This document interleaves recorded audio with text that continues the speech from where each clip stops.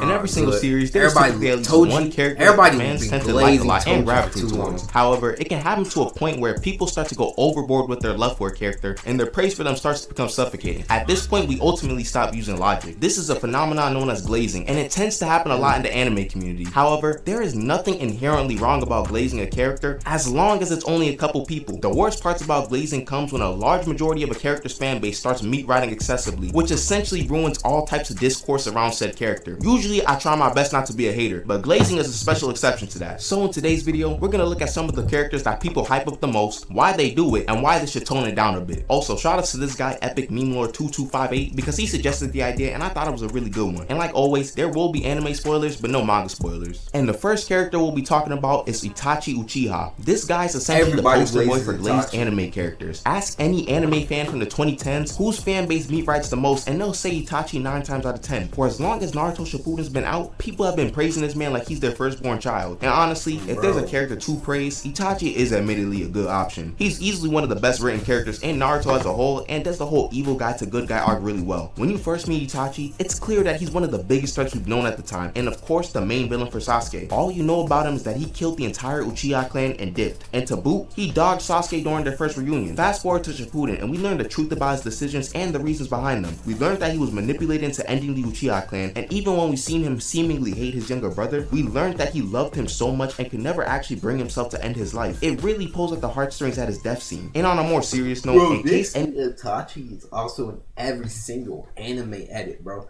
Every single Naruto edit always has Itachi or Sasuke. You can't prove me any of wrong, y'all are bro. doubting the impact of this character arc, someone actually deleted their own character build in real life because of Itachi's death. Couple this amazing twist with some cool abilities and you got yourself a fan favorite character. However, this combo proved to be a bit too potent because everyone and their grandmother has Itachi as their favorite character. I alluded to this earlier, but for like the past decade, Itachi has been the most glazed anime character. I don't even think it's close for real. It's even more impressive how many people glaze this man's very existence despite not having the most screen time. We all probably have at least one Bro, I ain't gonna lie, that's the thing about anime too. When it's a character that's so cool but doesn't have much screen time, they get the most absolute love out of everybody. friend whose bro. favorite Naruto character is Itachi. And I feel like them having less screen time makes you cherish them more.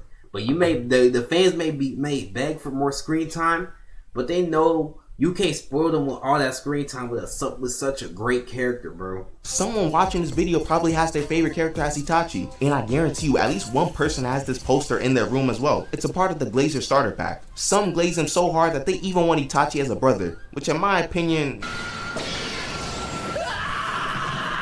doesn't seem like the best thing. So now that we got all the reasons for his glazing, we can talk about all the nonsense this guy's fans yap about, cause they be saying the wildest things ever. One of the main things being his potential. And low-key, before Megami, Itachi was one of the first potential men, but he just got cut out of the story early, which honestly is probably for the best. Imagine if Itachi had stayed alive and had a lot of feats against the top tiers in the verse. Bro, I swear, they say this about every anime character that died early. Oh, they had so much potential, but they died early, bro. Come on, bro. The writers killed them off for a reason, bro. The writers killed them off. They be thinking they finna be on the same level as every other character, but think about the other characters that didn't die early. Are they at the same level as the main characters? No, they are not. We actually never hear the end of it, and due to his lack of feats and pure headcanon, one of his fans' main talking points be like, man, he had to get killed off because he was gonna be too strong, which we can't even really prove. He might have just gotten power crept anyways. But Olama-sama, his hacks though, his genjutsu is too strong, it's overpowered. Yeah, sure, I guess, but there are other people in the series with stronger genjutsu and hacks in general. He's not stopping no Biju bomb or anything like that unless he has a Susanoo active. And I know a lot of y'all be talking about the Yaramir and the Totsuka blade, but that's not even an instant win if you just get speed blitz. And plus, if he got to the stage of the Susanoo, his eyes were probably cooked anyways. He also don't got no Senjutsu or Sage mode either, but somehow, the Itachi fans saw Tsukuyomi and Amaterasu and thought Itachi was unstoppable. I've even heard that a healthy Itachi is beating a base Madara. Y'all just be saying anything, I don't even know how bro. people thought that was a serious argument. Or sometimes they'll try to sneak him into the top 3 or top 2 strongest Uchiha of all time. Like he has actually done nothing to prove that he's over Obito, Sasuke, or Madara. Is he even the strongest member of the Akatsuki? Before y'all rank him in the top 3 strongest Uchiha, we gotta get Itachi past Pain first. Then we can see if he can even touch Obito. All of this overinflated strength that Itachi theoretically has stems from all the God his fans give him half the time. However, the next character in this video is a bit more justified with this overinflated strength, because the next person we're talking about is none other than Aizen.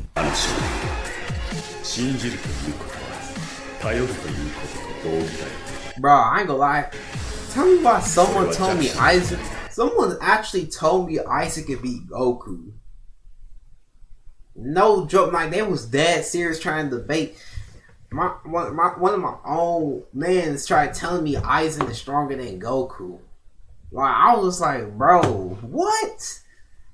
Bro, do y'all really think Aizen beating Goku, bro? Alright, before y'all start tweaking out, we all know that Aizen is a dope villain. He doesn't really have much of a backstory to him besides what we saw in the flashback arc. And even then, he's still just the same Aizen we know that was just scheming. In my opinion, the main draw to his character has to be his abilities and manipulation, and how well they work together. Not only is Aizen just dumb strong in terms of spiritual pressure, but he's also got a busted Zanpakuto that can manipulate the 5 senses of anyone who looks at it. And he's also dumb smart and has shown to be extremely calculated throughout the series. But I think the cherry on top for all of Aizen's blazers was when we saw the twist about Aizen planning all of Ichigo's battles. Literally all of them were planned. It's a mind crush for both Ichigo and the viewer, because the 200 something episodes you watched until this point were all planned by Aizen. However, we run into our first issue of Aizen blazers, the infamous all a part of my plan line, which has been used way too much by his fans. Aizen wins a poll, all a part of my plan. Aizen gets put up against freaking Superman, all a part of my plan. You get chased by a whole truck by your friend, all a part of my plan. Like, we get it. We know he plans a lot. I guess Ichigo palming his face like a basketball was also part of his plan. Or that one time that Aizen got his Kido broken with one hand and was left dumbfounded. Was that also a part of his plan? Y'all Aizen fans be glazing this man so much, and I think some of y'all have actually deluded yourselves into thinking he's the smartest in the verse, when he stated himself that Urahara is smarter. I don't even want to talk about how much some people will drag his hacks to the point where you got him winning battles against like Dr. Manhattan. Like, we gotta calm down. Aizen is very strong, but he's not some god of all anime or something. That's what I'm saying, bro. Someone tried, bro, he's not even beating Goku. He's not beating Goku. My other problem with Aizen is that he's one of the best manipulators in fiction, which is not a problem whatsoever, until you realize that Aizen has created a bunch of new fans that only like manipulators. Which, if you like manipulating type characters for their impact on the plot, that's perfect. Yo, has anyone seen Code Geass? Is Code Geass good? Fine. It's the people who actually think they're Aizen in real life. These bro, why does low-key look like somebody I know? Why does Loki look like somebody I know? These are the bots that gaslight their friends and boast how they're like 5 steps ahead of everyone. Broski, you're not playing 5D chess or some genius among geniuses. You wanna be a genius? Hit the books, bro. You are not on Aizen level thinking. Now let's move on to the next character. If you're enjoying the slander so far, subscribe to the channel. And I'm making this plug quick because the next character is a doozy. Here's one thing you need to do before you buy anything online. Don't spend another dime on Amazon. Oh gosh, where do I even start with this guy and his fans? Before y'all march into the comments and defend this man, let me just calm everyone down. I do like Shanks a lot, and I think he... Bro, every One Piece fan is like the same way Dragon Ball fans are with Bardock. Like, when it comes to Shanks, they move the same way that Dragon Ball fans do with Bardock, if that makes sense, bro. Like, if you watch either anime, then you would get it, bro. If you watch both anime, you would get it. He's a fine character in One Piece. I thought his strength was portrayed well at points, him being shown as a top 5-ish character in strength. But all of these thoughts were null and void once I saw something monstrous, a force I never even knew could exist in this world. This thing is known as YT Shanks. In case you're unfamiliar with who this monster is, YT Shanks is invincible and a multiversal threat. No matter what, he can't be beat. Apparently, he could beat a Prime Whitebeard with no devil fruit with just his sword and Conqueror's Haki alone. But that's not even the worst of it, as there are people who genuinely think bro, is Shanks even the top 5 of the verse anymore? Is he even a part of the 4 Emperors anymore? Shanks can 1v3 the OG admirals. How do you get this from any scene in One Piece? So after seeing consistent nonsense like this, the hater inside of me just started to take control. I really did try my best to stop it, but I just couldn't help it. I had to accept who I was. I'm a true hater at heart. So let's get to it. Why on earth is Shanks so strong in his fans' eyes? Did I miss something? He's only in like 5 scenes or whatever, and he doesn't really fight anyone in the anime. Yet a lot of his fans just outright say he's the strongest in the verse, blindly. I guess the narrative is what pushes Shanks that high, but y'all are structuring it. This guy is dead tricking y'all into thinking he's strong. He used Wi-Fi hockey on some bum and made him run away, and this is what made y'all think he's top 1, and that's really all he's done. He hasn't done much else in the anime, unless him blocking Akainu was that impressive to y'all. Congrats, you are now a Jinbei level Yonko, and before y'all say that I'm being illogical, you should already know by now. I don't actually use logic when I do these things.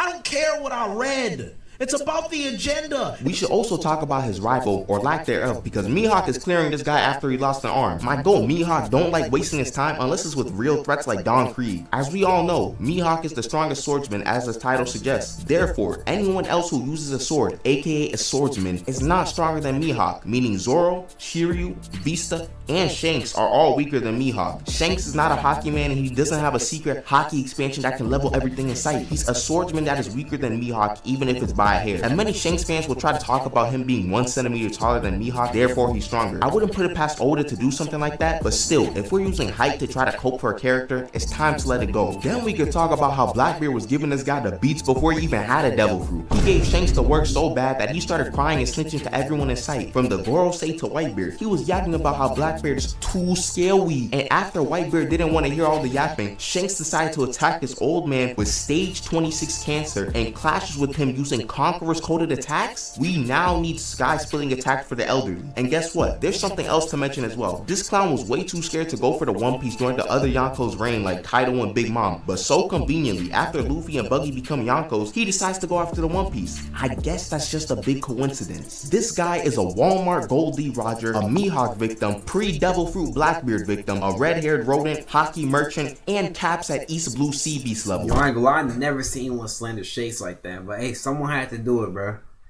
Someone had to do it with W video. Let me